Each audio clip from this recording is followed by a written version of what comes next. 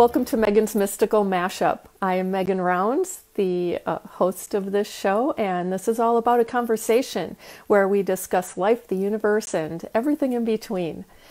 Welcome, and I'm so happy you're here. And if you're watching the replay, I'm also happy you're here.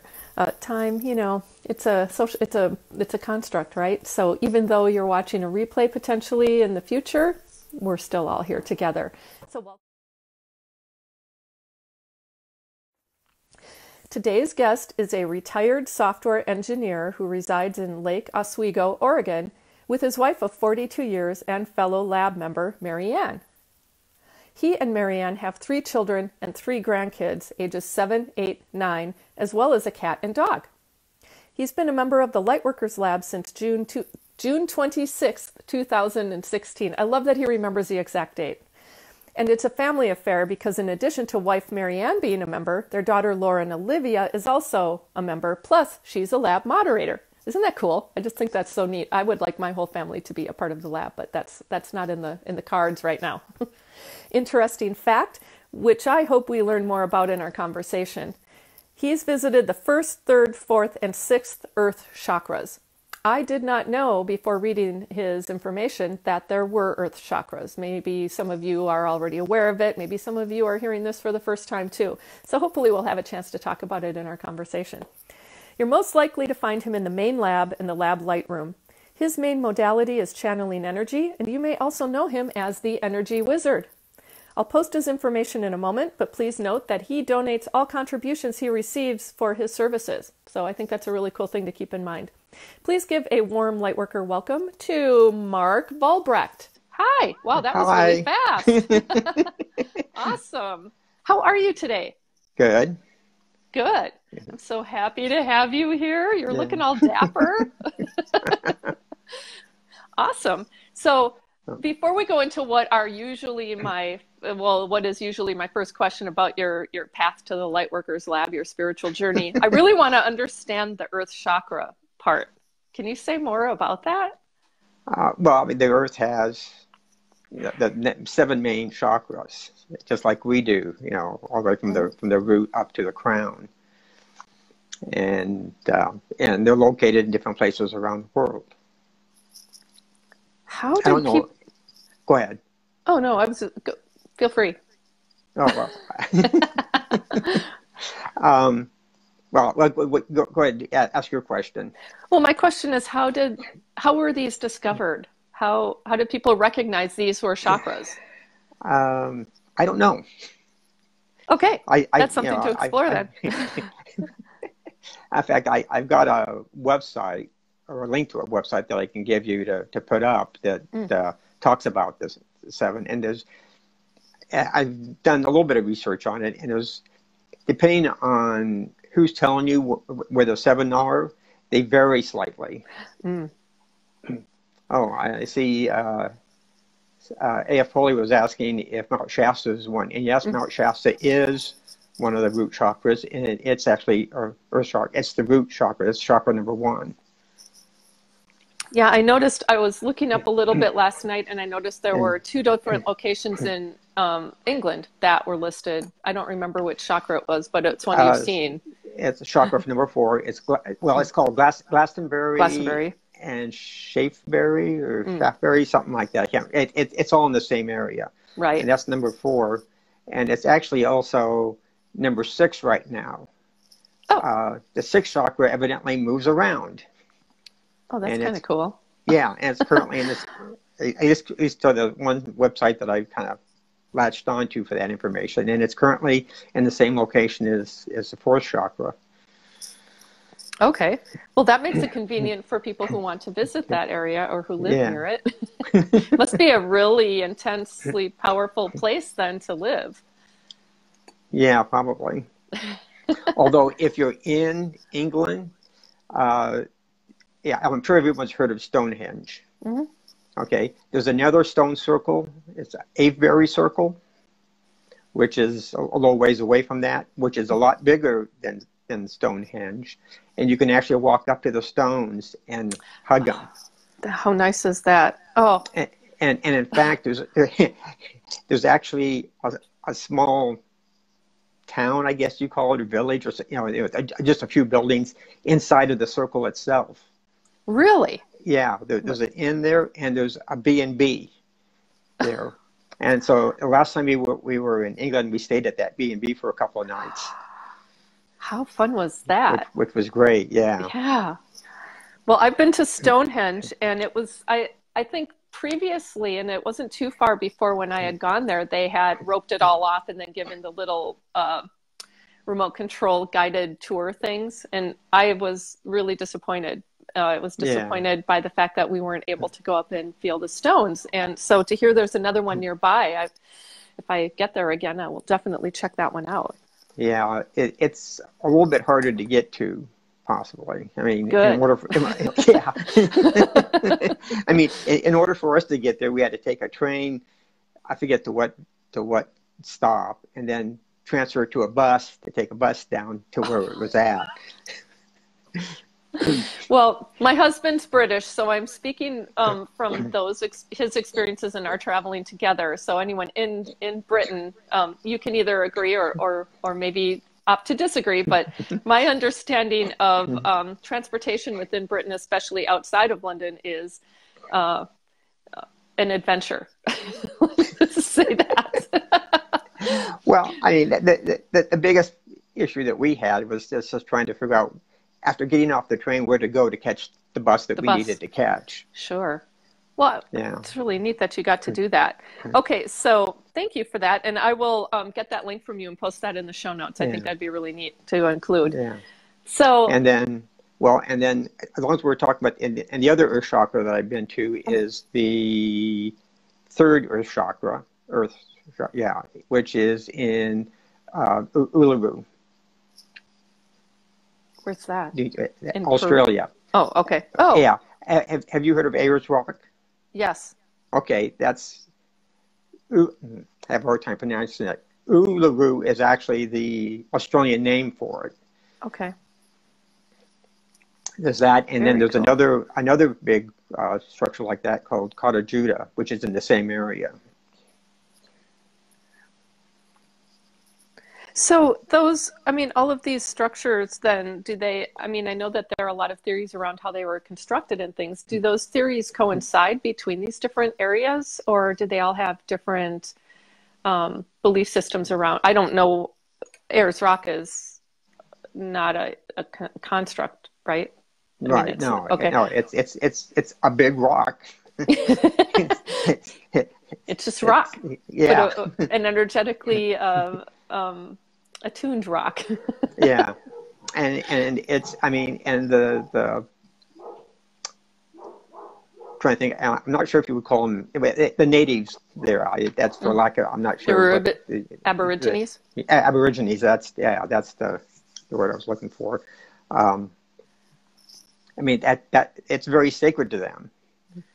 In fact, I don't know if you've heard, but the white man came along, and the first thing they wanted to do was climb to the top of the rock. Go figure. Yeah, and the Aboriginals there were going, why would you want to do that? In fact, we don't want you to, because this is sacred to us. Yes. It'd be like I can't think of anything similar offhand, but Well, but yeah, I know. Now I'm trying to. Yeah. Someone walking over the graveside of, like say JFK. Sure. It's something you don't do. Well, right. Yeah, and they're actually in the process. They're discouraging people from climbing it now, because people do die from climbing it. Which the Aborigines may feel is just. It's just, yeah. Well, wow, that's really cool. Thank you for talking a little more about that. It's just something I've been, I'm intrigued by. I am fumbling with my words today, so I'm just going to, do a little bit of a grooving. So I'm very, very interested in your story. And so I always start out with the first, usually until today, start out with the first question of how did you get to the Lightworkers Lab? But really the sub question is what your spiritual journey is or has been. So you want to go with how I got to the lab first, or should I start with Well, the why other don't you stuff?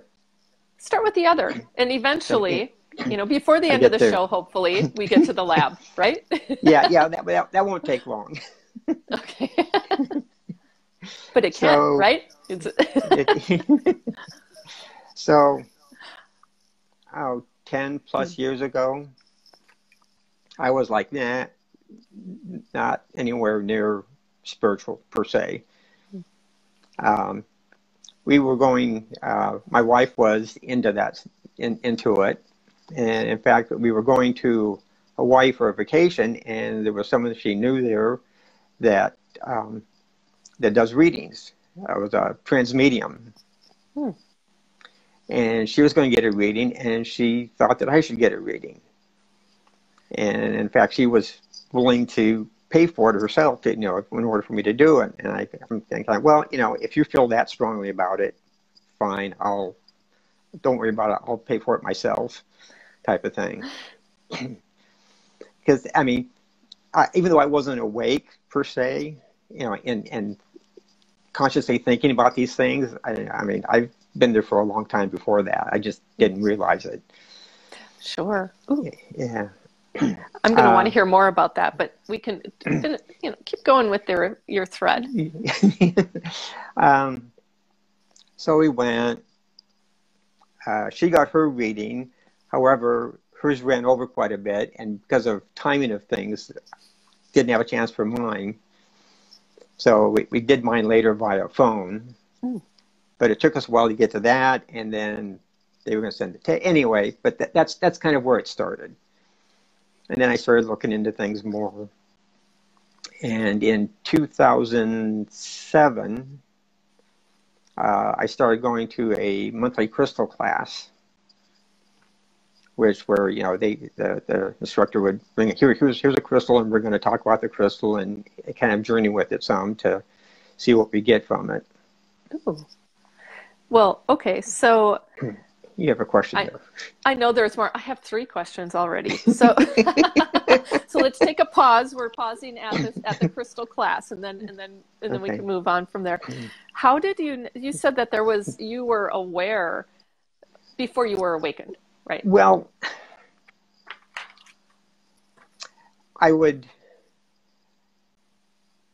one of my kind of abilities that I have a hard time accepting in a way is that I'm claircognizant. I just know things. Well, up until actually just a few years ago, it was like, okay, that's just my imagination. Because knowing the difference between information that you're getting from spirit and your mind making something up, it's hard to tell. Yeah, it is. Especially when you've been, not thinking of that ability. Sure. For like 40 plus years, you get to thinking that it's just your imagination. Right. But there's been times when, in the past where things have gone on where I make a decision that just feels right for some reason, and I'm just thinking, well, I'm just thinking it through and deciding to do it. Well, no, it was probably, spirit giving me the information to decide what to do. Mm-hmm. And that's why I'm kind of saying, yeah, I was there, but I wasn't aware of it. So then, okay. So then you'd mentioned you'd had a reading. Was the reading the thing that then inspired you to look further or to start paying more attention to the things that were going on for you? Not entirely, I don't think. Because being a newbie to it, I was asking things, some general questions, things like, my mom had passed recently, within a few years before, and I had some question relating to her, which I guess is something you ask, but it wasn't, it wasn't kind of what's my journey, where am I going, what am I supposed to be doing type of thing. Sure. So was there then an aha moment or some kind of change that occurred in you where you did a shift from, like a defining moment, let's say? No. It was just, Okay. well, if there was, I'm not aware of what it was anymore. Oh, that's okay. Sure. It's just kind of like, No. all of a sudden I'm just, It was a gradual shift. I know with a lot of people that have, have clairs when they were young, where they hear spirit and see things and whatnot. I didn't have that, so it wasn't like there was anything there to all of a sudden go back to. Sure. So it was more just recognizing what is in a different way. Yeah. Okay. Well, see, I'm always really curious about that part. Like all of a sudden, sometimes it isn't an aha moment. And so that's why I like to ask it, because for some people it is. It's like, and then this thing happened and it hit me like a bolt of thunder. Wait, a bolt of lightning. I just like to combine the two together. Yeah. But yeah, so I love that. So then you started noticing things. And then my other question was just about the Krystal class. What inspired you to go to it? Well, I was wanting to try to work on psychic abilities, or just I was trying to meditate at the time, and it wasn't going anywhere. So let's see what I can do in terms of trying to improve that. Which after. And the class is still going on a monthly basis, and I'm still going to it like really? 10, 11 years later. Yeah. Oh, that's super cool. I'm friends with the instructor. I'll bet. Which, after that long, why wouldn't I be? Yeah. Oh, that's really neat that it's an ongoing class. Yeah. However, on from the first class up until now, we pick a crystal, one of the crystals, that they have several out there of whatever kind it is we're working with. And we put in our hand to feel it, to see what we get from it. I get next to nothing. Even now? Even now. Wow. Next to nothing. and for the first 7-8 years, that used to bug me. So, okay, I'm doing this. I'm trying to, because I always had the feeling that, well, I can't really move forward until I feel the energy out of these and feel what it's doing. And so, go ahead. And then finally, a couple of years ago, it's like, actually, I think it was about a couple of years ago, it's like, no, I don't have to feel it. It still works. Well, say more about that. About, it still works, and that whole, that sounds like a process of like realizing that, okay, I really want to feel something, but now I don't, it's not as important to you to feel it. Do you know what I'm asking? Because that was a really obscure question, if even a question.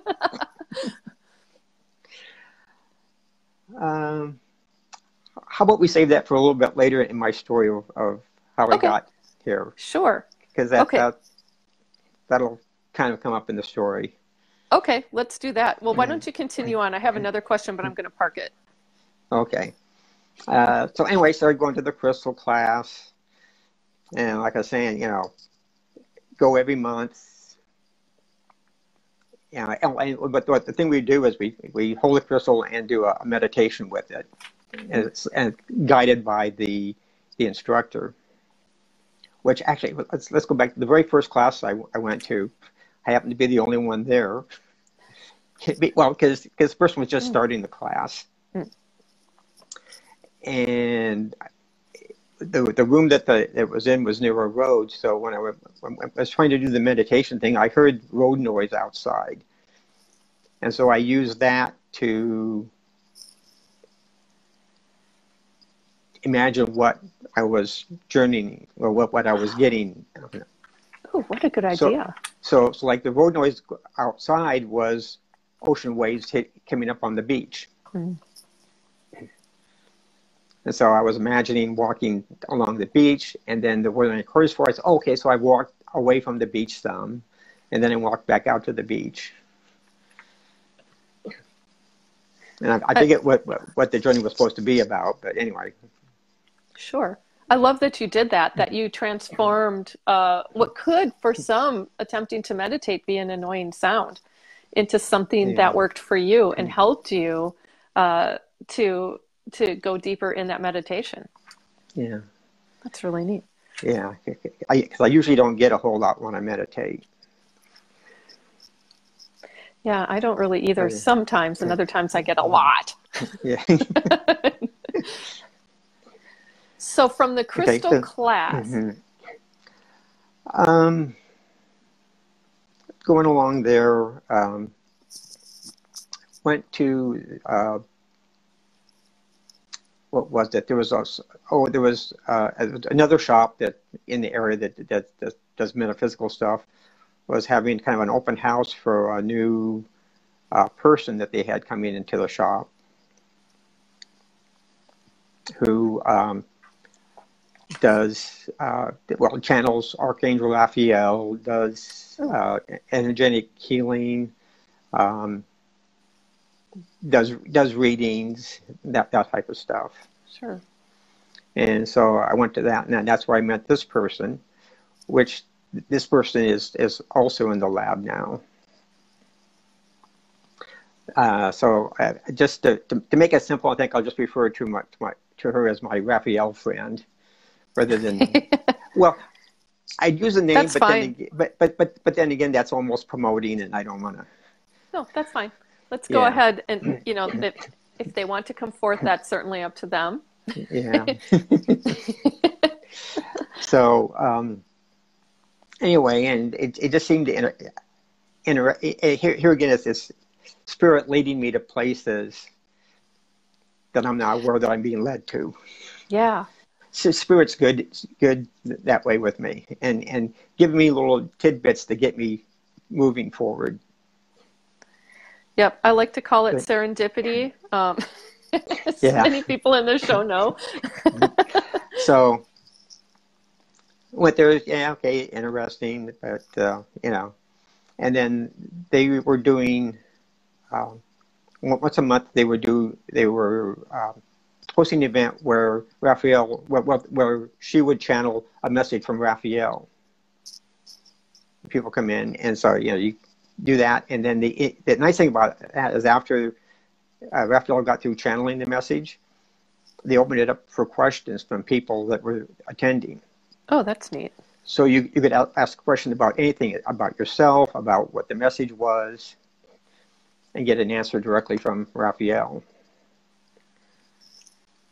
Did that help you? So, Did you ask? Oh, go ahead. no, I didn't ask any questions for a while. Wanted to hang back and watch how it all worked. And yeah, well, one of the things that I got in a reading a while back, which is something I guess I've known all along, but it was confirmation, and that's that I have a better understanding of metaphysical things or whatever than most people. how does that work? Well, it's just when you start to explain something to me, go, oh yeah, I understand it completely. You don't have to finish trying to like quantum quantum energy sending stuff. Sure. Right? I'm here, but you're getting it 5,000 miles away. It's like, yeah, that's quantum, no big deal. And some people go, no, but how can you get it there? Instantaneously 5,000 miles away. And how is it just a storm there? It's how it works, and it's like, yeah, there's nothing to explain. It works. It's that type of thing. So what? Oh yeah. So I didn't have much in the way of questions typically. Then somewhere along the line, they started doing I've heard it called a Reiki circle, or in what they actually call it is a healing circle or healing group, where sure, on Sundays get a bunch of people together, put a person on the table, and everybody's there is sending energy to healing energy to the person on the table for 20 minutes. I think we were doing 20 minutes per person, and I started going to to that, not because I felt I could do anything. But I'm going, hey, I'm 20 minutes on that table. If there's at least 3 people there, that's an hour's worth of healing energy for next to nothing. Exactly. Oh, that sounds really, really wonderful. Yeah. So I was doing that for a while, and at some point in there, one of the times, my Raphael friend was saying, "You've got this golden energy coming off your hands when you're sending the energy." Which this, by the way, is before I knew I could do anything with energy. So it was like a seed that was planted. Probably a seed that was planted. Yeah. Which, I'll get back to that later. So then what comes? I decided that I needed to have a couple of sessions with her to where she would do energy work on me. And at the start of the second one, she had me do she said, "Well, okay, I want to do something with you." She sort of, said, hold your hands up like that, or like that. She was sending energy to me. Like, I don't know, air or something, or one of the four earth elements. Yeah. And I said, "Well, I maybe feel it's not much." She says, "Well, okay, so now you send it to me." And I did it, and she goes, "Wow, that's strong." And she goes, "And you can't feel that?" I go, "No, not really." That's so interesting. I love that part of your gift. And it was at that point, after we, did a few more things like that, that I started to really realize that I could channel energy. And so there, off and on, then that was early 2016, like January.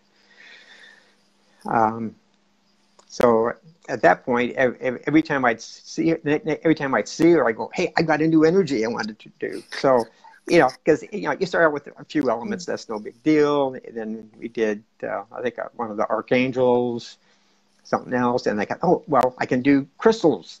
I can send you any crystal energy you want, or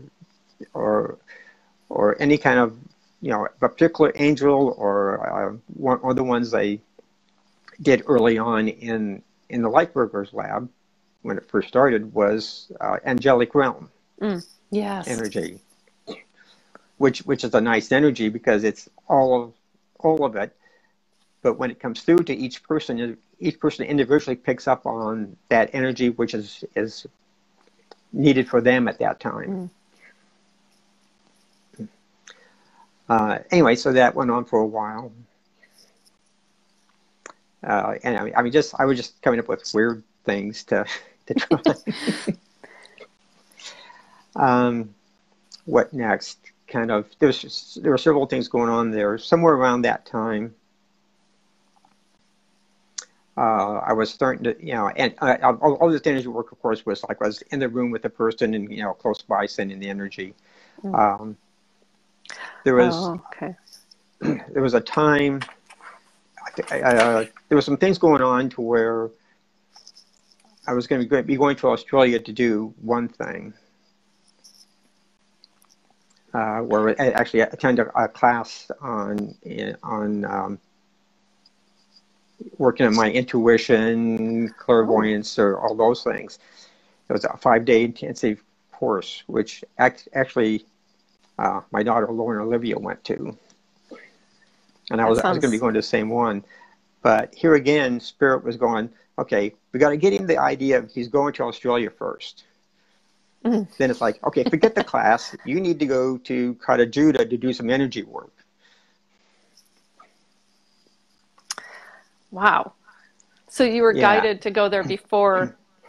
So that was before then you heard about the class, or the class came in as the... I knew about the class before, a while before that, and was thinking about going to it, and finally realized that, well, first of all, I said, okay, if I'm going to Australia, I need to go to Candid. If I'm going to be in Australia again, you just have to go there. Right. And then I realized that, no, the reason I'm going to Australia is to go there. The class is not needed at this time. Oh, so then, but you still went to the class, or did you not go to the class? I didn't go to the class. Okay, so you didn't even, okay. I skipped the class entirely. Okay. Lauren went to it, but I didn't. Well, so Okay, I'll keep going. I'll follow up. So then we get back to my asking a question of Raphael. I think this was the first question I asked, because I'm like, really, I'm going to go there to do something, but what? Well, what can I do? You know, because I've been playing around with energy, but didn't know what I could really do. And so I asked Raphael the question of, okay, I'm going to Australia to do energy work or something. What can you tell me about it? And he said, yeah, you're going to do this. And, you know, and one of the comments or phrases that Raphael said is that I don't know what I do in terms of energy. Yeah. Yeah. Yes, I do it. I'm very powerful. I'm not sure if he used those terms, but you don't really know what you do, and that's good that you don't. And so that's one of the places where I said, oh, okay, I don't have to feel the energy. Was there more explanation to that, or just really you don't know and that's okay? It's okay. Very good. And so then I, went to Australia, did whatever the energy work I was doing, but I believe it had something to do with reattaching some vortex energy or something like that. Why do you believe that? I think I got a message or information from somebody that it was something along those lines. Wow, that's pretty incredible. That's a big role to play, right? Yeah.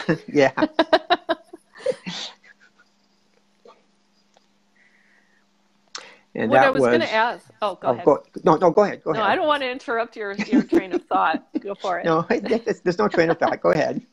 Okay. Well, I was just going to ask about Katajuda. Is it did I pronounce it correctly? Katajuda. Katajuda. Okay. And so say more about that place, like its importance. Well, I mean, it's part of the Earth chakra over there, same as Uluru.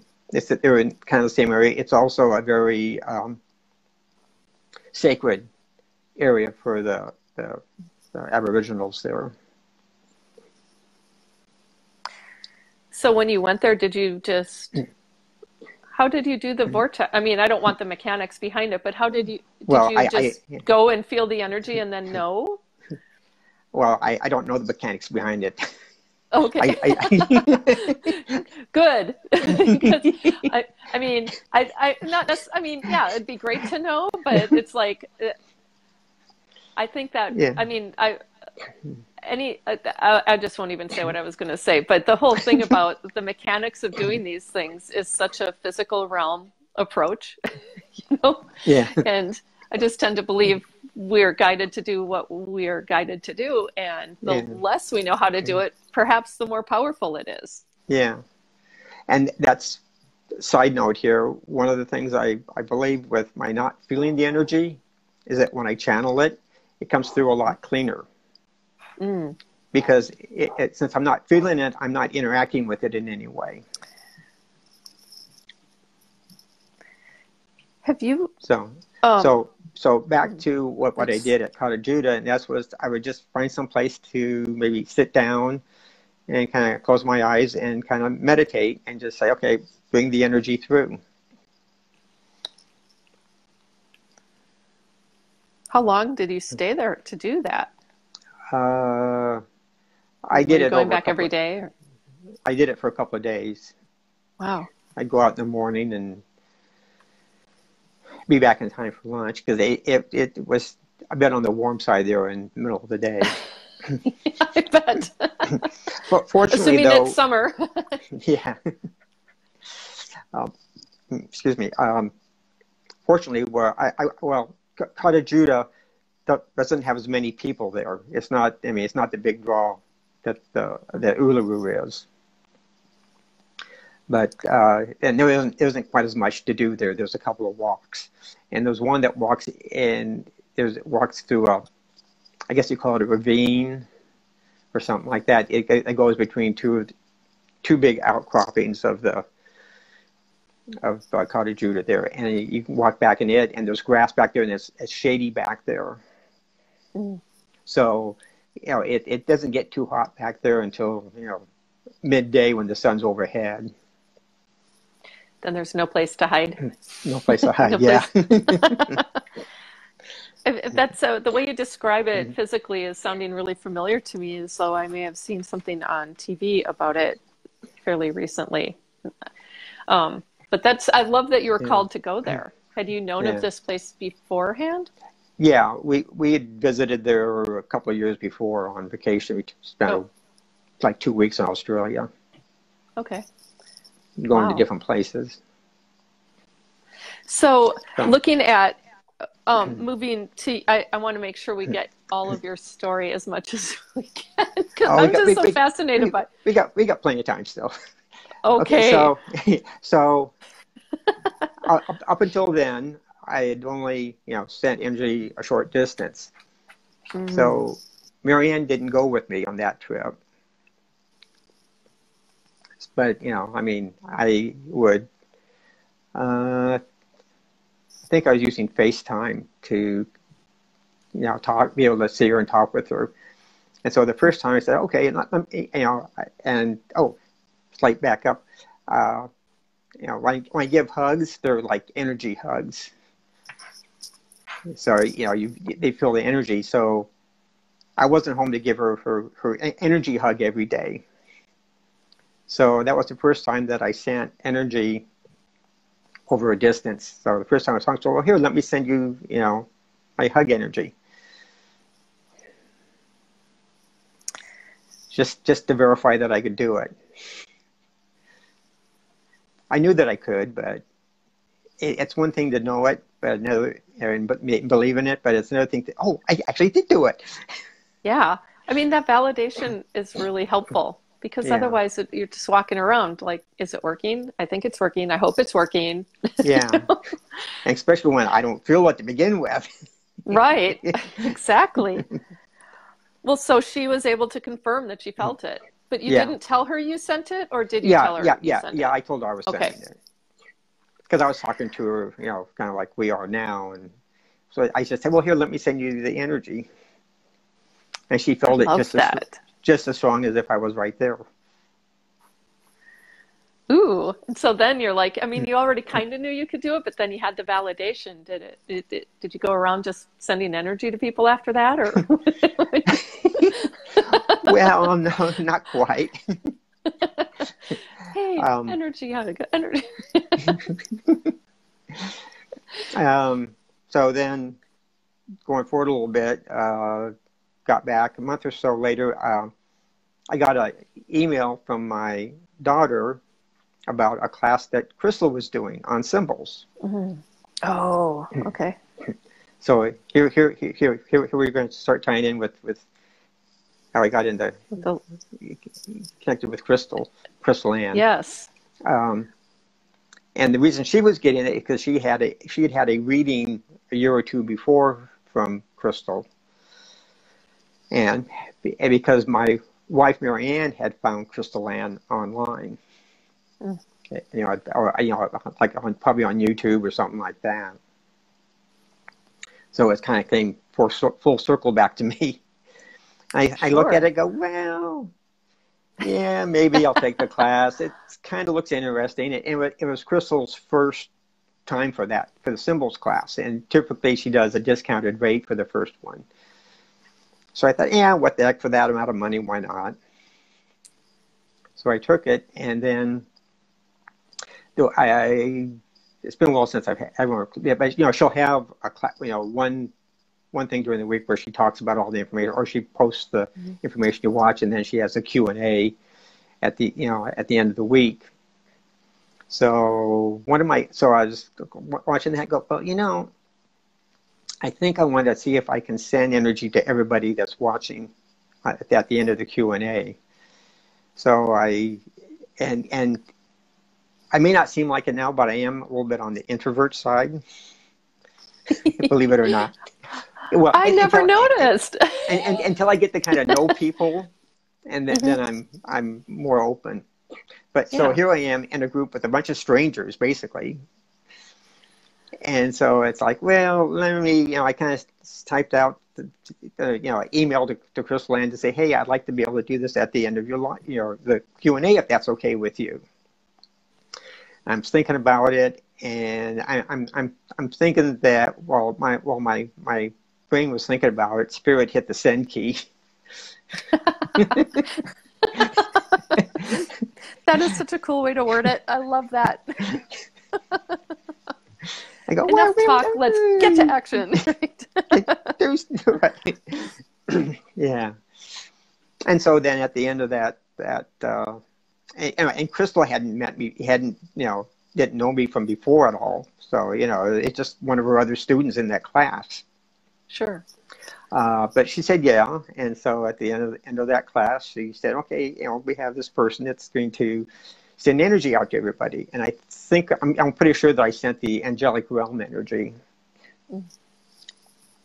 This was, I forget how many people in the class. And of course, they were all getting it. And as typical at the time, Krystal Ann was sitting in her Jeep someplace, being able to have internet connection. And she saw Metatron standing over her Jeep while I was sending that energy.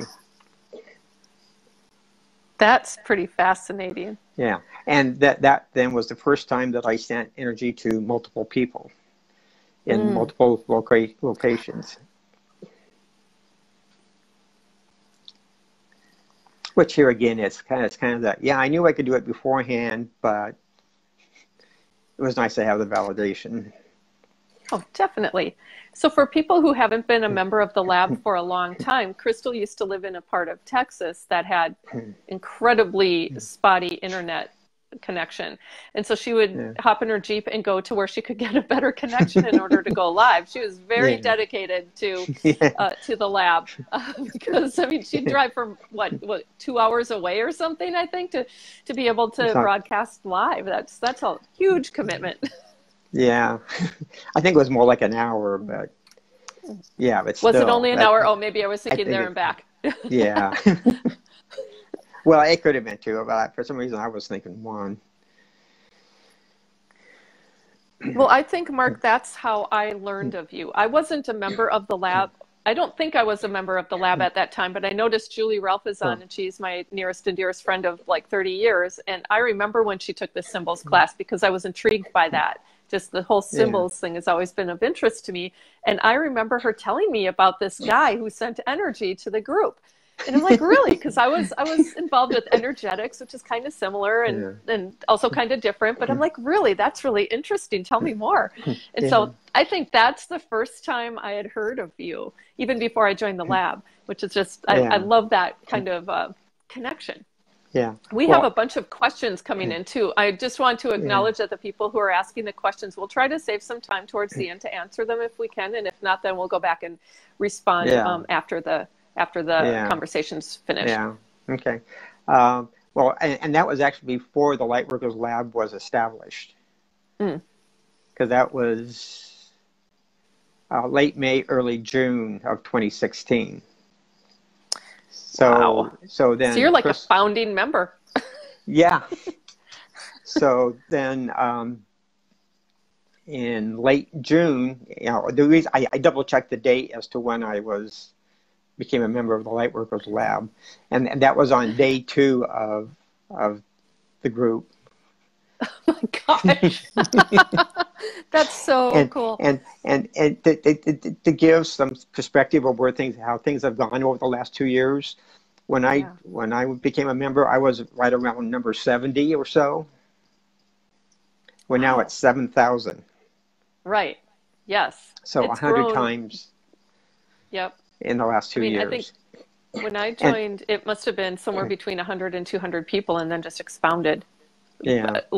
Just expanded exponentially, let's put it that way, instead of combining the words like I always do. Well, initially, the Lightworkers Lab was originally only for people who had taken classes from Krystal. Because she was finding that people had taken multiple classes and they were trying to all communicate, but they only had the groups for the individual classes. And she wanted some place to where they could just all be together instead of having to worry about which group it was. Sure. Oh, yeah. And I think that, yeah, because I know Julie had taken a class, and then that's how she'd been talking about Krystal forever. And it sounds like people primarily have found her through her YouTube channel and started watching her videos, and then they talk about the classes, and then I'm glad that she created this space, and I think I'm really happy to be a part of it.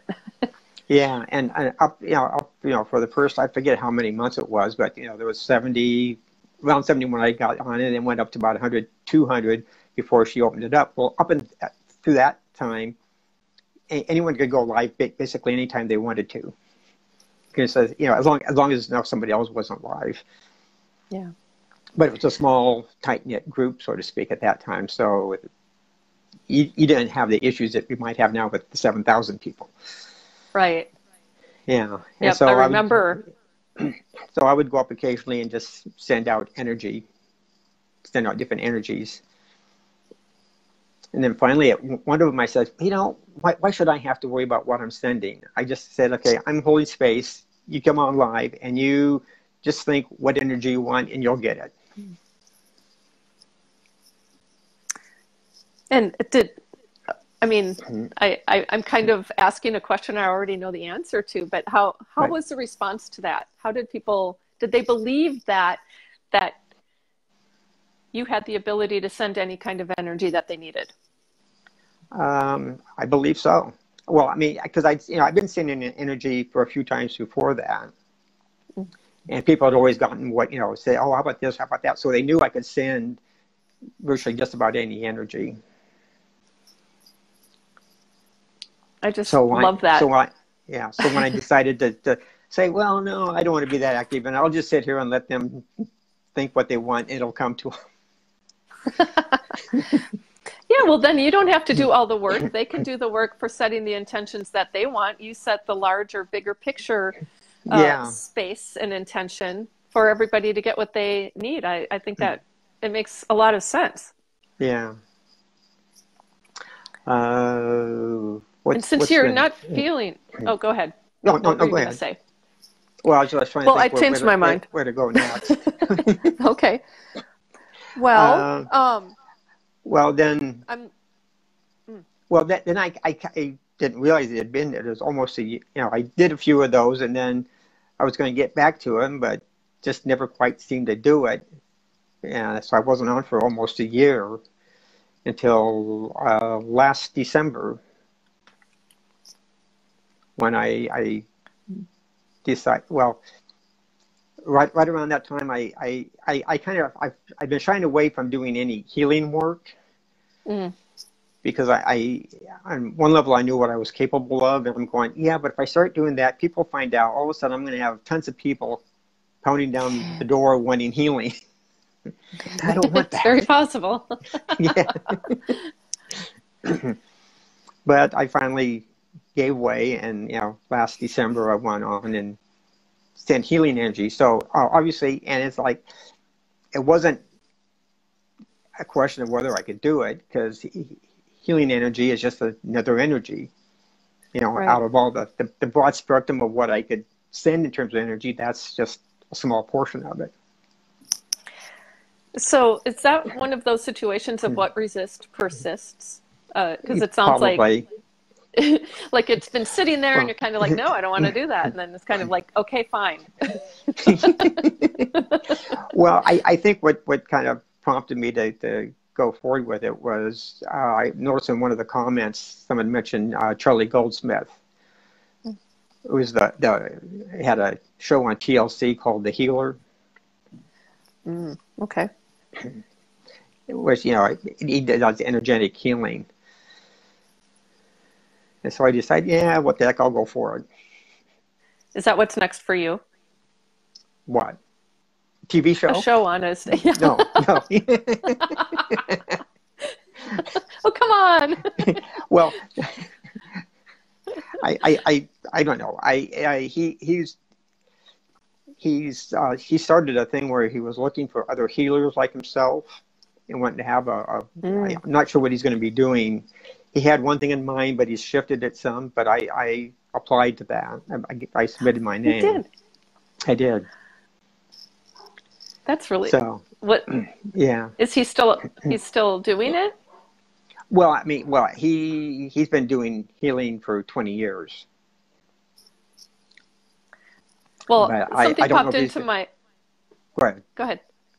I was No, just going to say something popped into my head around the Lightworkers Channel. I think there should actually be a TV channel of, I mean, there's some other places like Gaia and the Shift Network, and well, I don't know if they actually have a TV channel, but I think it'd be awesome to have you to even see a broader audience, right? Yeah, but yeah, he's actually, he was part of a study at I forget which hospital. It was a hospital in New York where they, had him go through and do work with patients, and they had like an 80% success rate, and it was enough for them to go, there was something going on here. And so they finally, just recently, they had the budget or the funds approved to do a double-blind study of what he does. Good. So, completely scientific, everything. Very cool. Well, thank you for mentioning that, because I want to look into that. And if I can find the study, I'll add that to the show notes, because I love evidences that way. I also, there was another study that came up, I don't know, a year or so ago, and it kind of bothered me. In fact, I may look it up. It had to do with Ouija boards. And somebody had done a study on it, and I really found a lot of fault in their design of the study. And it almost seemed like they had the intention of saying these things don't work. And so I may look that study up just to add to the show notes, and I'd love to hear people's comments on it. I almost posted it to the lab and chose against it because I didn't want to, I don't know, I just felt like maybe that would be a topic that would be, that could create, I don't know, too many differences of opinions maybe. And so I didn't do it, but it's a really, I like looking for these types of studies. So very cool. Yeah. So I guess that kind of brings us up to where I am now. Well, and that works really well.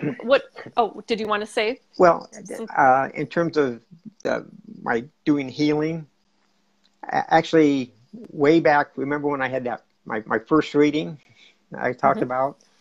I wasn't in that one, but I think in the next time I had a reading for that person, I asked about my ability to do healing, because I was having a feeling that I could do like hands-on healing. But back at that time, I was still can't feel the energy from those crystals, so I got to be able to do that before I can do it. And I asked a question, and they said, "Well, read this book. That'll explain how you can do it." And I go, "No, I don't want to read a book. You mean I have to work? No, I can already. Well, I can already do it." Do you remember the book for anybody who might be interested? Yeah, actually, I have it handy here. Oh, you do have it. Yeah, it's The Wisdom of Mystic Masters. Oh, that sounds really fabulous. Okay. Yeah, it was back. It's dealing with Rosicrucians, something like that. I can't pronounce. Rosicrucians, yeah. Yeah, you've heard that before. I have. Okay. Yeah. Who's the book by? Joseph J. Weed. Weed? This was Weed. W-E-E-D. Oh, okay. I'm not I'll sure. I'll add that to the show notes too. Yeah, it's on. I got mine from Amazon, but it was written back, I think, in the '60s or something like that, or even earlier, possibly. Well, something about the book that came to mind for me is something I've noticed for myself, is that sometimes just the act of, sometimes even just looking at a book, but more often if I own the book, I seem to get the information without always having to read it. It's like by having it in my energy field, I am able to synthesize some of the information in it. And I've noticed this because then I read the book and it's like, oh yeah, just like I thought, you know, but it wasn't me. It was like, you know, I mean, it's like a channel from the book, you know? Yeah. And I wonder if you have that gift as well, because you're, you know, like you had said before, it's like you're metaphysically attuned to, you know, you understand things that people don't have to explain to you. Yeah. I don't think so. That book talked more about just, you know, thinking about, I'm not sure if thinking is I'm not sure about the right way to word it, but yeah. I mean, because when I send energy, I don't really think about it other than to say, oh, send this energy. There was I had it written, a question down. I'm going to try to find it. Oh yeah. When you had said that the hugs you give, they're energy hugs, is that just because you are so able to channel energy that you do it automatically, or is it always intentional with you? I think part of it's automatic, but I also make it intentional. And actually the intentional part of it is I am sending you energy that's in your highest and greatest good, but at the same time, I'm also removing that energy which no longer serves you. Ooh, awesome. So it's kind of a energy exchange. Because that's one thing that I believe in also, is that there's no good, there's no bad energy. It's all just energy. Yep. It depends on what you need at the time. Maybe one good example would be, you know, you have energy that is toxic for a relationship you're in. Well, if you're in a toxic relationship, you need that energy to break that relationship. Right.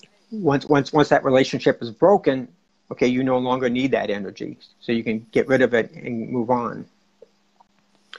But, you know, if you're in a good, strong, loving relationship, of course, you don't want that toxic energy that's trying to break you apart. Right. But if you're in a bad relationship, you do want it. Yeah, because it highlights the things that aren't working, so that then you are inspired to make a change. Yeah. Thank you for saying that, because and calling it an energy exchange, because the way I've sometimes thought about energy exchanges is this for that, and it is a this for that thing, but it's not necessarily between people, it's between energies. And I just think that's a really important thing to keep in mind with energy exchange is I really like that. And of course, whenever I pull that energy out of them that no longer serves, I make sure it goes directly to Earth. I don't keep it. Which good. Since I don't, that would probably be which since I don't really feel the energy to begin with, that's very easy for me to do. That it's almost like the missing link for me, because it's like, so I can get all of that energy, but then I end up keeping a lot of it until I recognize what's going on and then try to release it. But for you, it seems a lot more automatic that way, but also being more intentional about it is helpful. and this wasn't something that somebody, you know, told me about. It's just something I came up with. Well, Spirit told me. There you go. Or I remembered. From past lives where I've done this.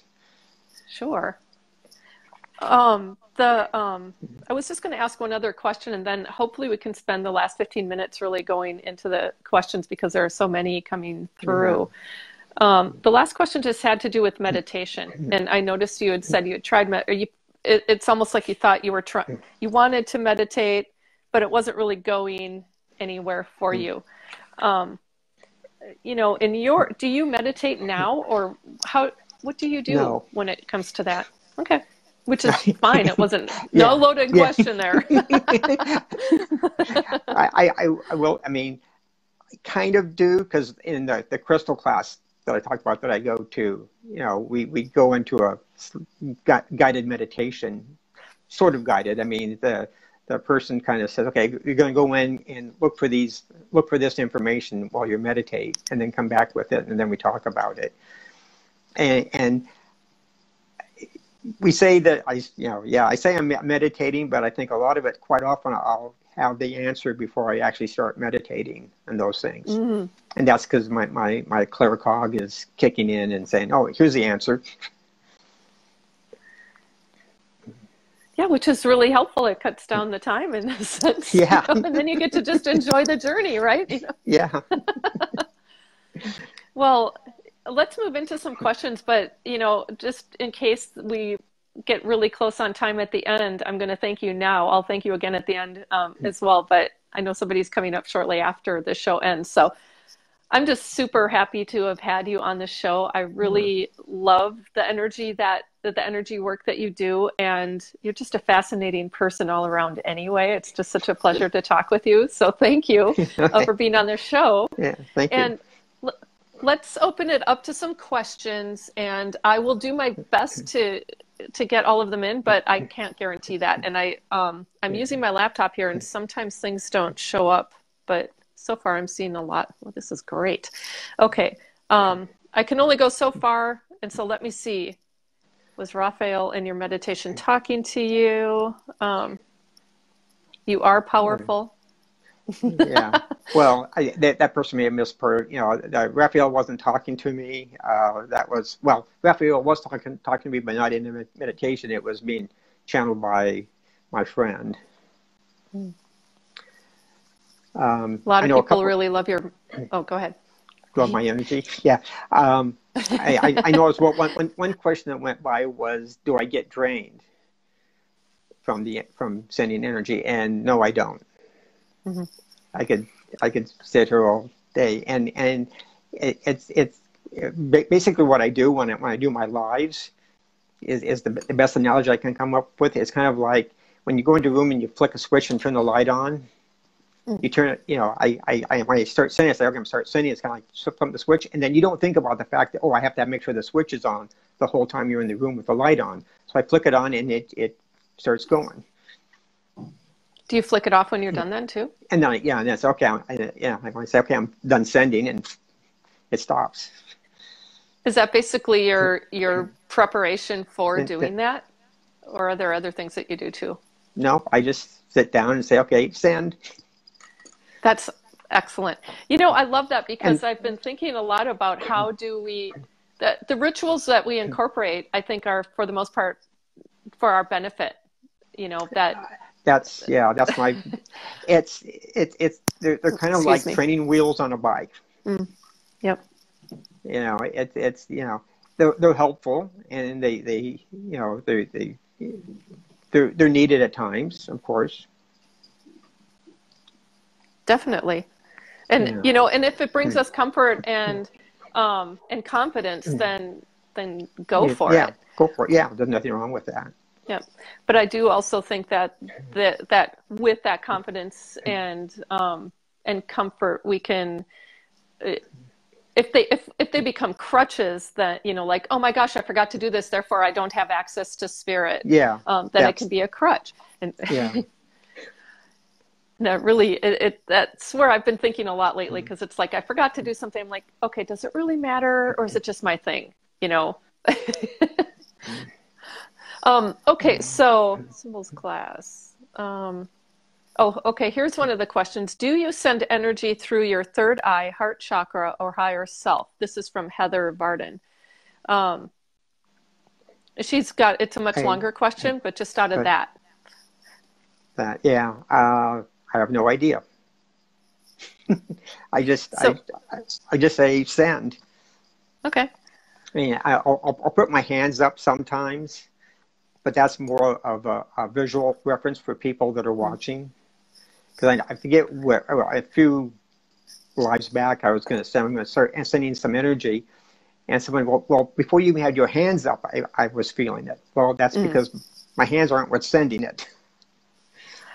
Well, and for those of you who haven't felt Mark's energy, for me at least, it's very high level, peaceful, loving energy. I mean, it's distinctive to me. I can feel it. And I, if you haven't checked out his show, definitely do it. You know, when you go live, do you go live on a regular basis, or is it really as you feel compelled to do it? No, you do go live. It's the second Wednesday of every month. Although next month it happens to be my birthday, and I'm not going to be home, so I'm going to try to do it on the first Wednesday, which is the 7th. Awesome. Okay. I'm going to add that to the show notes too, just so people know to take a look at that. Yeah. But it's usually the second. Okay. And so you were mentioning, you know, my energy. I could send energy out to everybody right now if you want. Sure. So they can feel it. I think that'd be wonderful. I'm assuming everybody will be on board with that, but if not, you can turn off your own little switch and let the rest of us receive it. Yeah. Anybody that doesn't want it can just say, no, I don't send it to me, or, you know, and they won't get it. Sure. So, okay. Got it? Yeah. Oh my gosh. It's,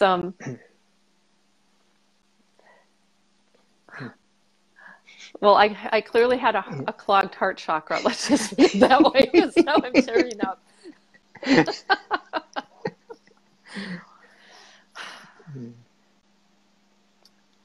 It's just so peaceful and calming for me. Yeah, Thank you. I'm sending it's the angelic realm energy. I love it. Oh my gosh. Okay. Should I stop?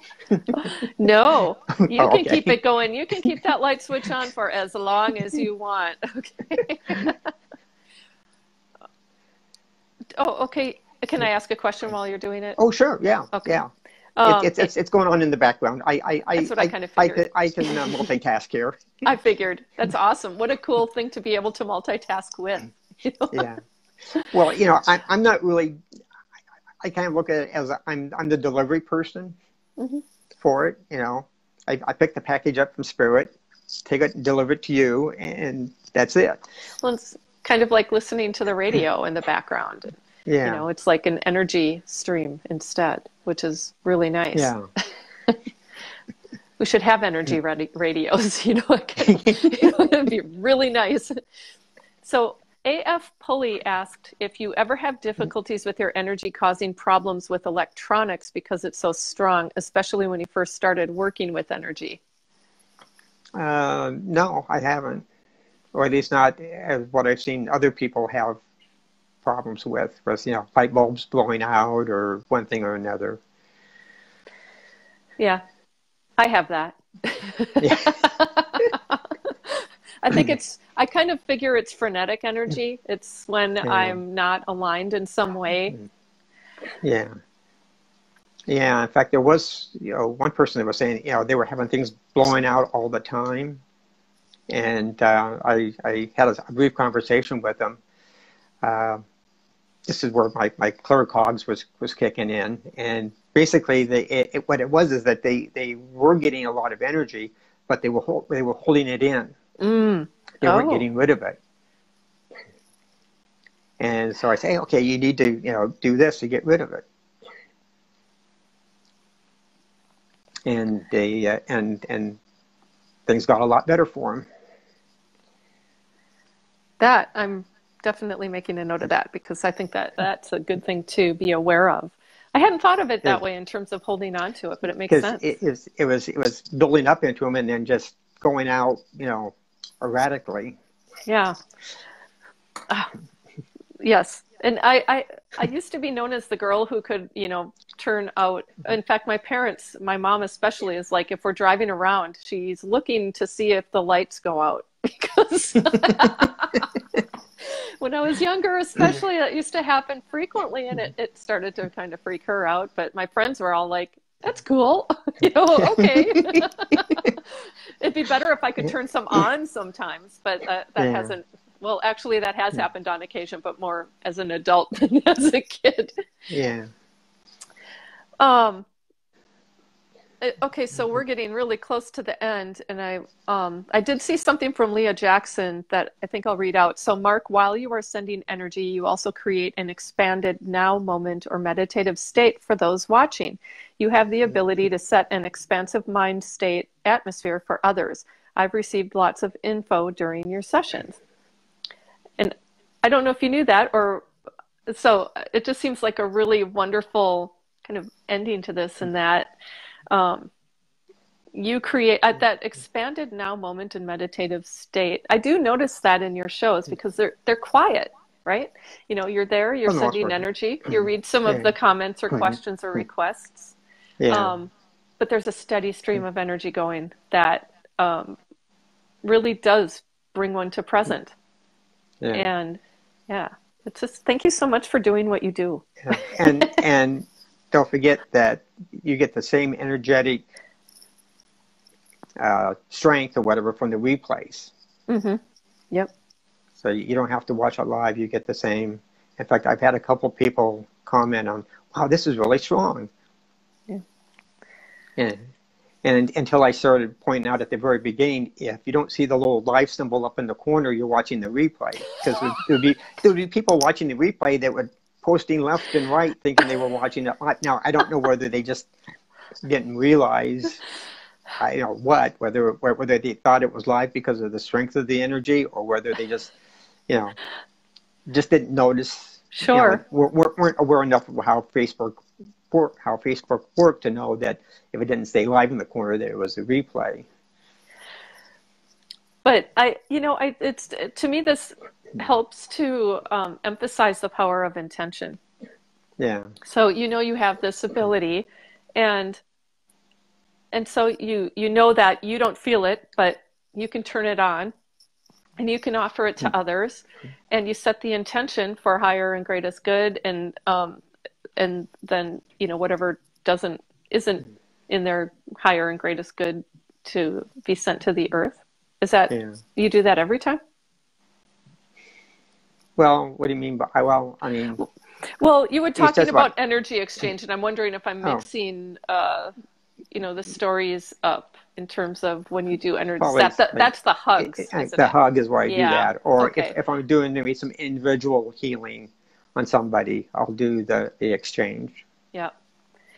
Well, I mean, that being so intentional about it really targets it to the people in the best way possible for them. And I think that's a really great lesson from energy in general, in terms of sometimes it's just, if we're not intentional, we're sending stuff, we don't know what we're sending, we don't know what we're receiving as well. And so I just really, I love what you do. I think you're an awesome person as well. I just thank you so much for sharing your story with us. But we only have 2 minutes left, so I'm going to have to end the... Okay. And I am feeling so relaxed now. I'm kind of like, only 2 minutes left. But, it's just such a pleasure to talk with you. And I hope we can do it again sometime. Yeah, okay. And so for those with us watching live or on the replay, this will be, show notes will be posted. The replay will be posted on my website and YouTube, and you can get all of that information on my Facebook page, but I will also post the link to the show notes on the comments section here. And I think we'll just leave it at that. Do you have any words of conclusion? No, not at this point. Well, thank you for sharing your gift with us today, in terms of your story, but also the energy. Really thankful for that. It feels wonderful. And I think I'm going to go and meditate for a while. Okay. Yeah. Thank you so much. And thank you, everybody, for watching. I really appreciate you. Okay, take care. Bye, everyone. Bye.